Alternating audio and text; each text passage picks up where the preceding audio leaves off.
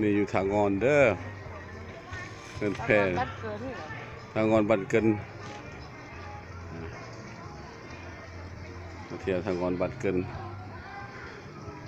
เบิ่งเอา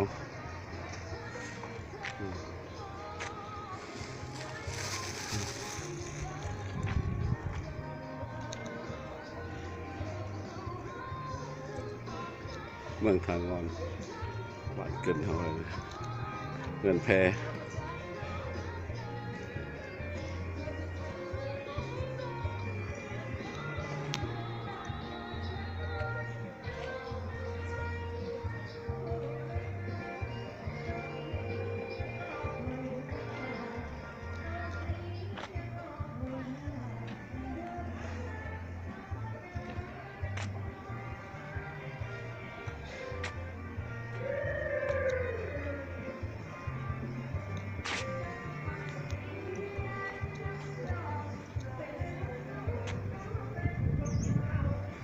เมืองทางงอน